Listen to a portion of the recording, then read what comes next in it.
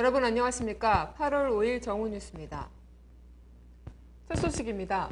국정원 국정조사가 증인 채택 문제로 파행을 겪고 있는 가운데 국정원 기관보고는 기존 합의대로 실시키로 했습니다.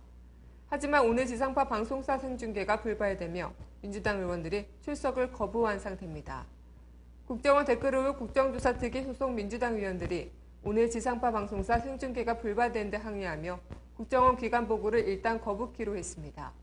이에 따라 당초 오늘 오전 10시에 예정됐던 국조특위 전체 회의는 정상적으로 개의되지 못하는 등 난항을 겪고 있습니다. 국조특위 여야 간사는 접촉을 갖고 이 문제에 대한 조율에 착수했으나 국정원 기관 보고가 정상적으로 진행될 수 있을지 여부는 현재로선 불투명해 보입니다.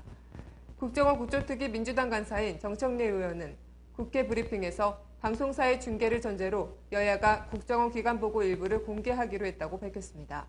이어 생중계는커녕 오후 녹화 방송도 예정돼 있지 않은 만큼 국정원 기관 보고를 예정대로 진행할 수 없다고 강조했습니다.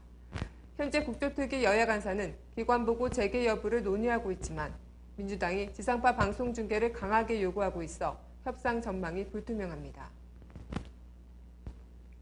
다음 소식입니다. 주말에도 어김없이 촛불이 타올랐습니다.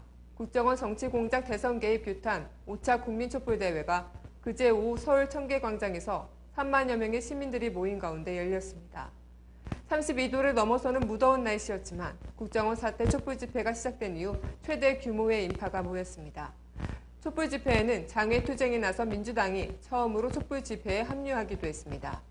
촛불 집회 참석자들은 국정조사 기간 연장, 새누리당 국정조사 위원 전원 교체, 남북 NLL 대화로 조사 특검 도입, 원세훈, 김용판, 김무성, 권영세 국정조사 증인 참석 등 4가지 요구사항을 촉구했습니다. 촛불 집회 주최 측은 여름철 휴가 기간이라 사람들이 많이 모이지 않을 줄 알았는데 생각보다 많은 인원이 모였다면서 오는 10일에는 더 많은 시민들이 모일 것으로 예상한다고 말했습니다. 앞서 집회가 시작되기 전 오후 5시 30분에는 장외투쟁에 나선 민주당의 민주주의 회복 및 국정원 개혁 촉구 국민보고대회가 열리기도 했습니다. 김한길 민주당 대표를 비롯해 신경민, 우원식, 도종환 의원 등 72명의 민주당 의원들이 참석했습니다.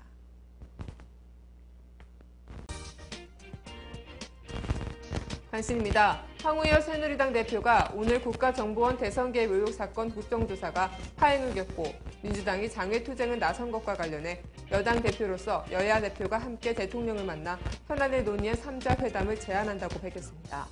황 대표는 김한길 민주당 대표가 제안한 박근혜 대통령과의 회담을 거론하며 3자 회담을 진행해야만 일거에 현안을 해결할 수 있을 것이라고 강조했습니다. 민주당은 어제 국정원이 안보활동에 국회 통제를 받지 않는 예비비 예산을 사용하는 것을 금지하는 법안을 추진하기로 했습니다. 민주당 장병완 정책위의장은 어제 국정원이 안보활동 경비 4천억 원을 국회의 통제를 안 받는 예비비로 지출했다면서 눈먼 예산인 예비비가 안보활동 명목하에 통제받지 않는 것을 용납할 수 없다고 밝혔습니다.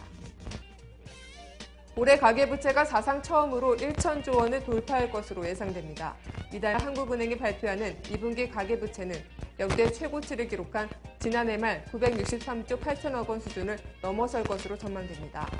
이는 6월 말 부동산 취득세 감면 종료를 앞두고 주택 거래량이 급증하면서 대출이 크게 늘어난 데 따른 것입니다.